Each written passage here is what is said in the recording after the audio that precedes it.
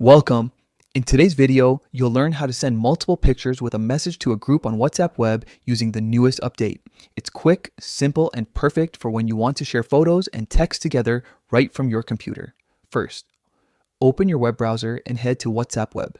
Make sure your phone is connected to the internet and already linked with your PC. If not, just scan the QR code using your WhatsApp mobile app. It only takes a few seconds to sync everything up. Once you're in, find and open the group chat where you want to send your photos. You can do this from the list on the left-hand side. Click on the group name and the chat window will appear on your screen. Next, look toward the bottom of the chat. Right beside the message bar, you'll see a small plus icon. Go ahead and click it.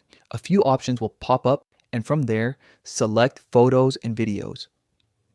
Now, a window will open on your computer where you can browse and choose the pictures you want to send.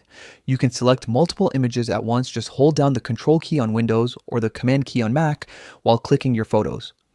Once you've selected all the pictures, click Open. You'll now see all your chosen photos loaded into the chat preview.